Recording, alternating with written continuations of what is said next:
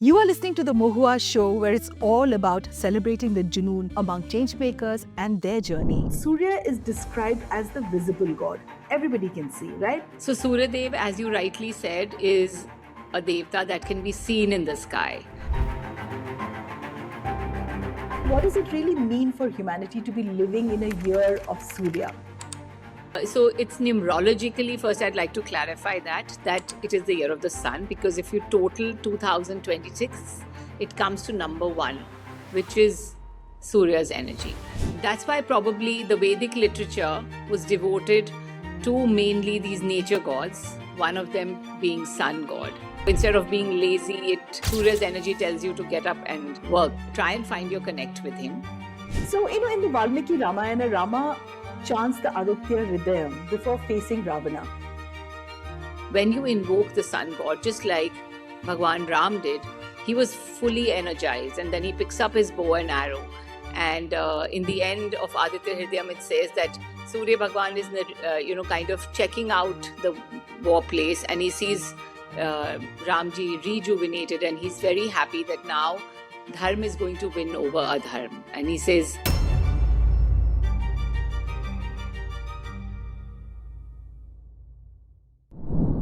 before the sun became a scientific object, it was a living god, watching, judging, healing, and shaping the destiny of kings and souls. In the Ramayana, Lord Rama did not begin his greatest battle with a weapon, but with a hymn to Surya Deva. In the sky, eclipses were not shadows, but cosmic revenge. And in divine families, light gave birth not just to life, but to karma, conflict, and consequence. Today, we explore this forgotten universe with none other than Shalini Modi, author of The Eternal Sun, The Legacy of Surya Deva, a book that reawakens the sun not just as a star, but as the soul of Dharma itself. And I can't begin to tell you how honored I am to understand more about the sun that we take so much for granted. Welcome, Shalini, in today's episode. Thank you, Mahua. Thank you for having me again on the show. Congratulations on your book, and what a prolific writer. Amazing. Congratulations. So, Shalini, the question that comes to me is that Surya is described as the visible god. Everybody can see, right? The divine that can be seen, not just believed in, but in a world which is full of invisible anxieties and abstract faith. What does it mean really to encounter a god who's physically present every day in our lives? We take Surya for granted. And we know that, Absolutely. The world will come to a complete grinding halt if Surya Deva decides to get angry with us. So tell me about this. Absolutely. So Surya Dev, as you rightly said, is a devta that can be seen in the sky. And so he's pratyaksh. And that's why probably the Vedic literature was devoted to mainly these nature gods, one of them being sun god. Because directly we can see whether it's scientifically or if you invoke faith, either ways you can actually correlate and see the benefits of Surya Dev, like you rightly said. So that's why I think there's an extra connect here.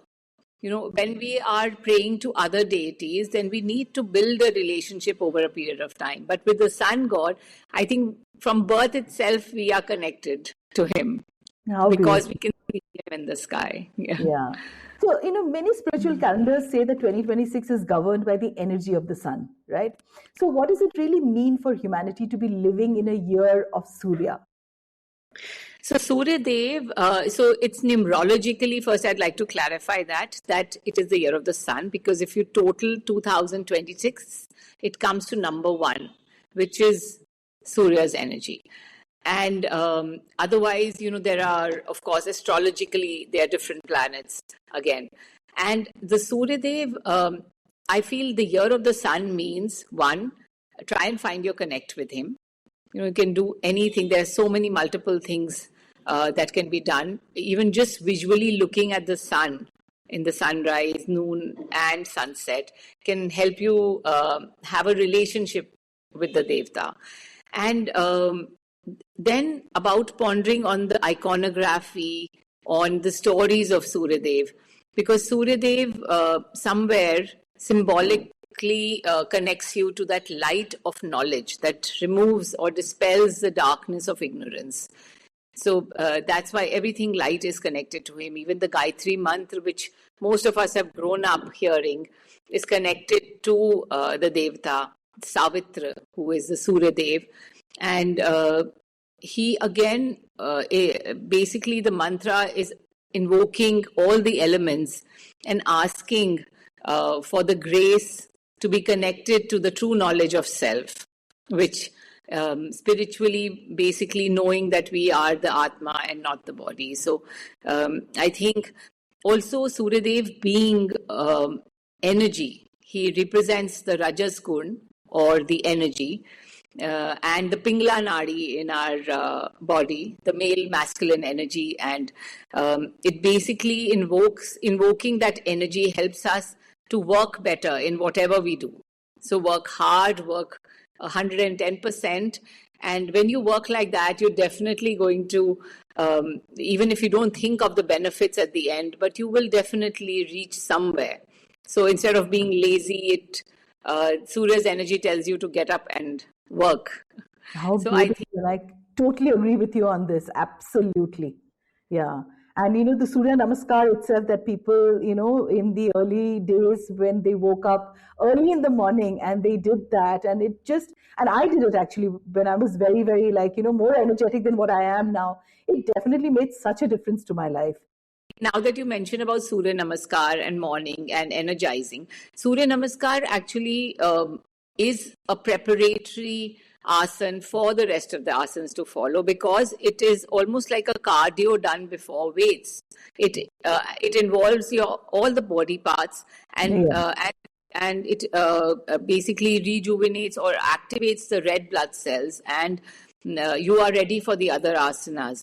So you perfectly connected the Surya Namaskar to the energy part of it. Yeah, totally. I mean, I think it's one of the most, taken for granted form of exercise, that's a gift from India. And we probably just take that so much for granted, So, in the Valmiki Ramayana, Rama chants the Aditya Hridayam before facing Ravana. So what does this hymn really awaken within a warrior's consciousness? It would be wonderful to know this from you. Absolutely. So Suryadev, as we all know, he also gives us that self-confidence. And even if we correlate it to Vedic astrology, a strong sun in your horoscope is called the Atma Karak, and it gives you that self-confidence. So if we correlate it to scientific findings, we see that countries which receive less sunlight or no sunlight during winter, they see a spike in the cases of suicide, depression. So we can actually see how he's very important for that. And Ramji reaches a point where his opponent, being no other than Ravan, a very strong opponent, he gives up in body and mind. And Agastya Rishi then comes down, he's watching the live telecast from the sky, and then he comes down and he says, Ram, tum bahut bahu ho. That's how the Aditya Hridayam begins. He says that there's no doubt that you're going to kill Ravan. So just concentrate on the Surya Dev.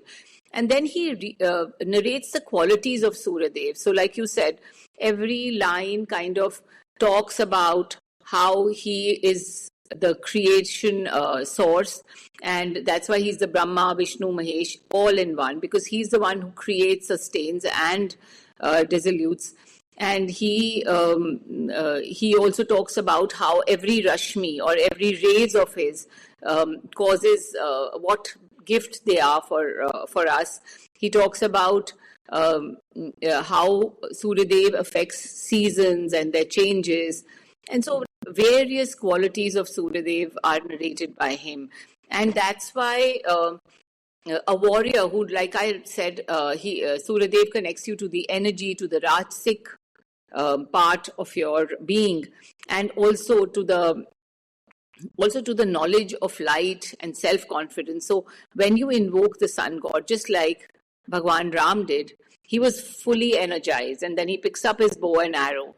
And in the end of Aditya Hridayam, it says that Surya Bhagwan is, kind of checking out the war place, and he sees Ramji rejuvenated, and he's very happy that now Dharma is going to win over Adharma. And he says, make haste, Ram, jaldi karo ab. How beautiful is that? How beautiful. So if Surya is the Atmakarak, the indicator of the soul, why do so many of his stories revolve around separation, struggle, and emotional distance? They just seem such a dichotomy. So, our gods, the fun part is that when you read the stories about our devtas and gods and goddesses, you find them very humanized and very, I think it's more to make them relatable to us, and that the challenges that we humans face are faced by everyone, but the beauty lies in how you handle them without getting perturbed. And same thing happens with Suryadev is no extraordinary being. He was not so handsome to begin with because he had too much extra heat and too much extra light, which bothered everyone, humans, devtas. But no one really had the, I would say, guts to really come forward and say, what can we do about it? But his wife did. And it's almost like a feminist angle to the story where she runs away when she's tired of the heat and she gets scorched, her complexion becomes dark, and she decides to take a sabbatical from her duties. And she places a clone called Chaya over there to take care of the children. And then she runs away to her father's house. And then when the father's bothering her, she runs away and becomes a mare in a meadow. And she's spending some time alone. She's trying to pray that her husband's light and heat becomes bearable so she can go back to him. And in that process, Suryadev comes to know that this was bothering his wife, and that really troubles him. So he tries to make amends by going back to his father-in-law and asking him, what can I do? So the father-in-law says, I can give you a makeover if you're ready for it. And because he was the Vishwakarma, the architect of the gods, and no one else could do a better job than him. So even in Suryadev's time, there was makeovers, and he's taken to an island, this divine island, by his father-in-law, where he puts him on a lathe, a rotating lathe, which is a divine lathe, and he cuts out all his extra parts. And because those extra parts are also so full of energy and light, that he uses them to make three very important things. So he makes the Pushpak Viman of Kuber, which is then taken away by Ravan, and Shivji's trident and Vishnu's Sudarshan Chakra. So these are created from that. And once with this new makeover and this new look, Surya Bhagwan goes back to his wife and then tries to woo her back. And he asks her, do you think I'm handsome enough for you to return back? So I think so much to learn for our modern men of today. But sometimes when the wife is, annoyed with you. So, modern science, Shalini, eclipses are very predictable, right? Astronomical events, so in mythology, they are acts of revenge. Do you think myth really preserves emotional truth better than science preserves wonder? So I think both do their own job, but I feel the myths are ahead of time, because even though we call them myths because for the lack of better word given to us by the Britishers, they are basically stories which have a lot of underlying symbolism underneath them. And that's what needs to be tapped in. So it's also, I felt that while I was searching for my, book on the Suryadev, I had to read various Purans. And the maximum knowledge or information I got from Samba Puran, because Samba was an ardent devotee of Suryadev. And there I realized that astronomy had been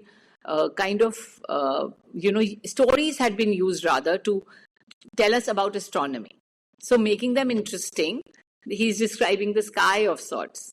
And the same thing with the eclipse. I feel this, of course, the story of the eclipse of Rahu Ketu being able to kind of devour the sun and the moon, and coming from Sagar Manthan and all of that. But so it teaches us other things, but it also kind of tells us about astronomy and astronomical happenings or occurrences through a story. through a So story. I How amazing, feel, because it yeah, is so much more easier to remember, I think, through a story. absolutely, I yeah, agree with you on that, absolutely.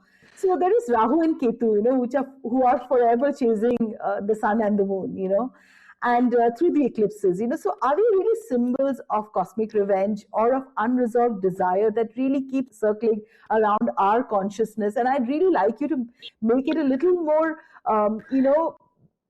for all our listeners, maybe for them to really understand the role of Rahu and Ketu, that we keep hearing, because, whenever you give out your charts, and they'll tell you, "Tumhara Yeah. Rahu is saal kharab hai," and so just explain that, Shalini, a little bit more.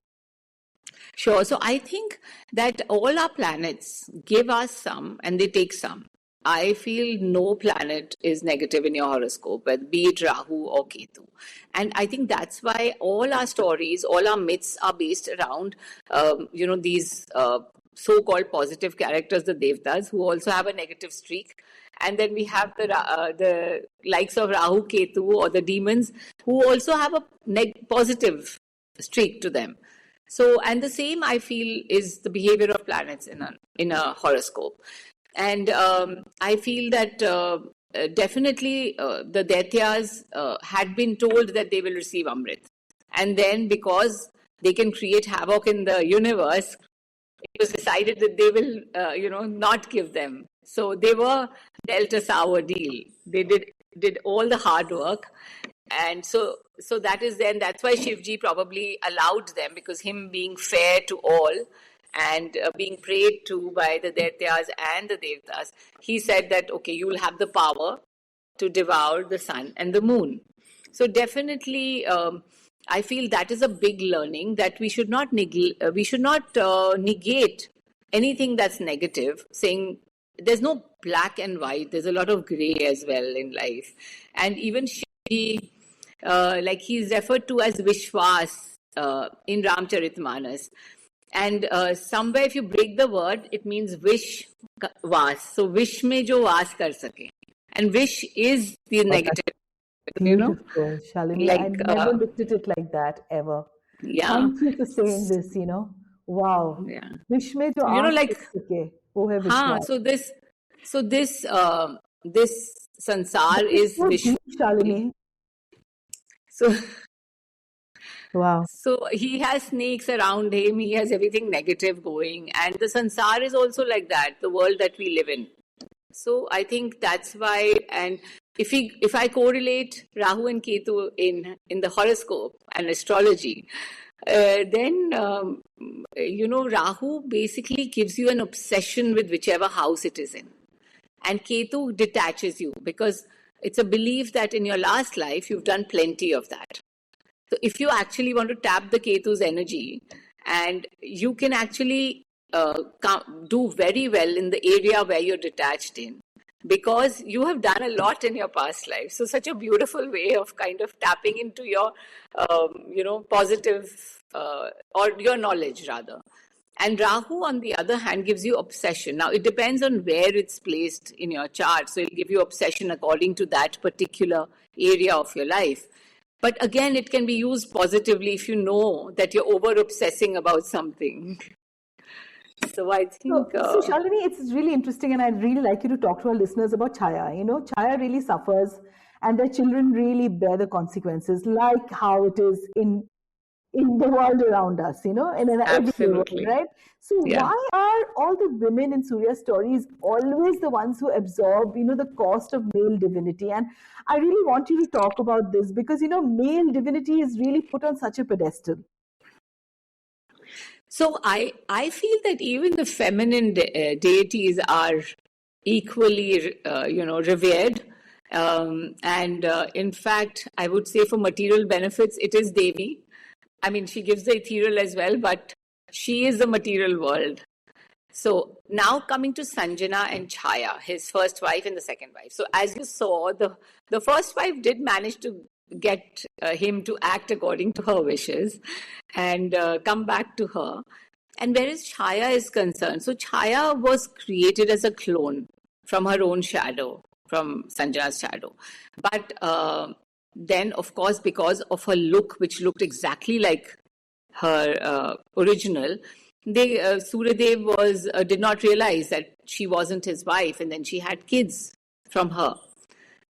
So I feel that even though Chaya, then Suryadev basically gave more importance to his first wife because he had never really wedded and he was never really accepting of her. Even then, the strength of Chaya that we see in the stories is her strength to carry out severe penance. So that severe hard work, which percolates to both her children, Shanidev and Tapti. And even Shanidev inherits this, and that there are stories about how he prayed to Shivji with great intensity, and that's how he got the place of being a karmic planet. And Tapti, her name itself says tapaha, which means heat and penance. And she could also do tapa for very long durations of time, very hard tapa. So I feel that it is, for me, it is more the qualities that they had that made them who they were. And of course, Shanidev does not get along with his dad from the first day of his birth. The father saw him all black and dark because of the mother's penance. And he, even in those days, I think color was really important because he says, this can't be my child, he's so dark. And then the first Vakra Drishti by Shanidev was cast on him when his chariot stopped because he did not like the fact that his mother had been asked this question. So let's talk about Surya's children who govern death, karma and moral law, right? So does this suggest that light gives birth not just to life, but also to consequences? Absolutely. So I feel that the two most important children, so two of his elder born from both his wives, are basically the progenitors of human race. They are the Manus. And every Manvantara, which is a cyclic period of time, the Manu changes. So they definitely have an important role. But then where karma, dharma is concerned, it's his second borns, Shanidev and Yama, who is also known as Dharmraj, are actually responsible for our karmas. And both have very similar duties of sorts. Yama being, of course, the god of death, but he's also the bookkeeper of our dharma, our karmas, and he meets out our next life and afterlife according to them. So again, and we can see this through Yudhishthir also, and multiple tales in Mahabharata which show how Yudhishthir himself was, a stickler for dharma. And here Shanidev, if someone who's feared by, I think a lot of people talk about the Sade Sati and the Daya and I'm so very scared of Shani. And until I studied astrology, I also was probably scared. But after studying astrology, reading about him, you realize that it's not that he doesn't give you, but he makes you toil for it. Because that's what he's inherited from his mother. And it's such a beautiful thing because you work hard and then you get something. So I feel that too. It's amazing. My Shiv is so easily happy. You pray to Shiv for everything. Full heart and all your wishes are going to come true, Absolutely. Absolutely. So Surya doubts, Shani's birth, and then Shani responds with his Vakra Drishti, right? In this myth about how rejection gives birth to karma. So tell us a little bit, is this myth, So rejection giving birth to karma. Can you just elaborate a little bit on this? We're just saying that Surya doubts Shani's birth, right? And then Shani responds with the Vakra Drishti. So it's like a karmic. About rejection. Is it about rejection? I would say partly rejection, of course, because he did reject his mother as well, eventually. But apart from rejection, I feel it also is that every action has a reflex action. So it's again the karma theory of what you do, what you sow is what you get back. So Dev wasn't... even Krishna Bhagwan in Mahabharata was cursed by, for no fault of his really, but definitely he was on the Pandava side. He was cursed to die. His entire clan was wiped out because of the curse. So it's basically anything that we do, even if it means well, can have repercussions, is what this story really tells us.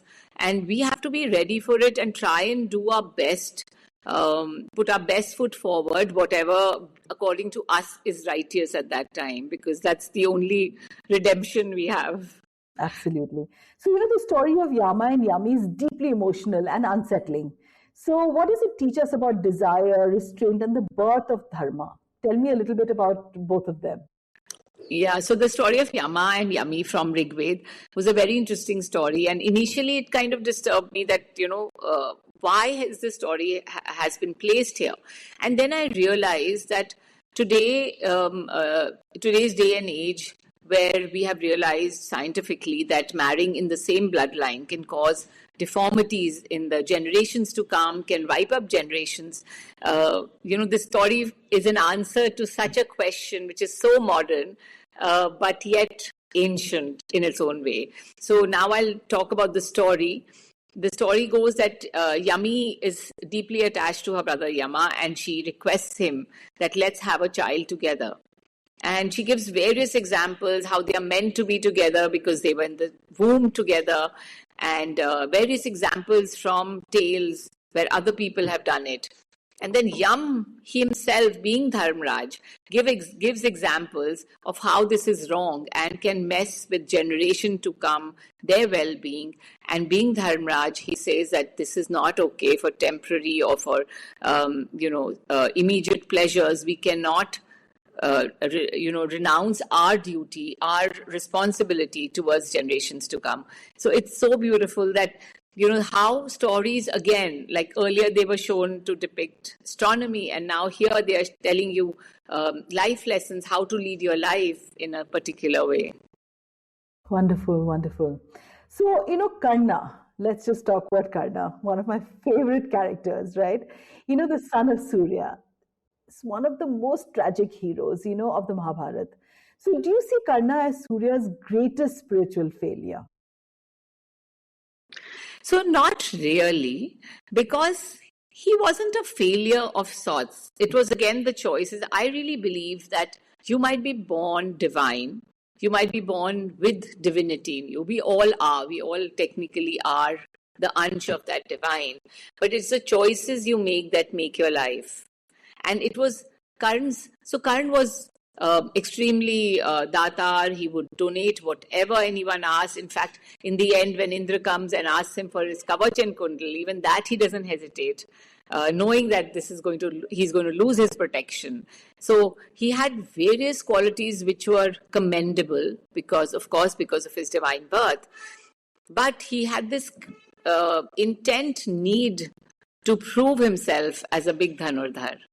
And that somewhere, that personal ego satisfaction led him to choose the wrong side. Even though he was again and again asked by Bhagwan Krishna to join his brothers, he chose to be with Duryodhan so that he could prove himself as an archer.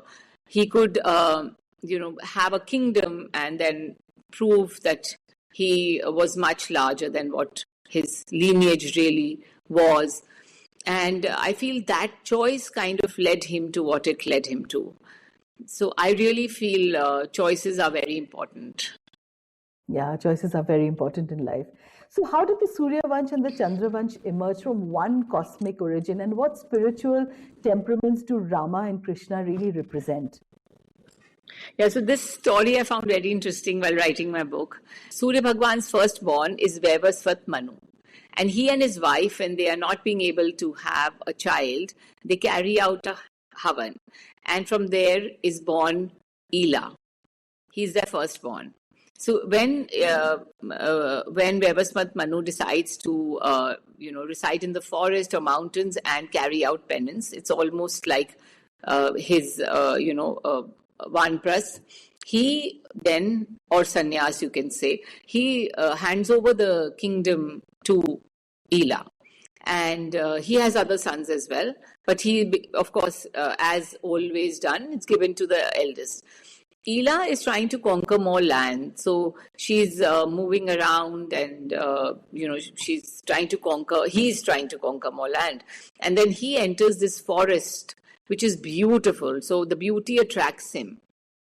He doesn't realize that Shiv and Shiva, that's Parvati, are residing there and having some time alone.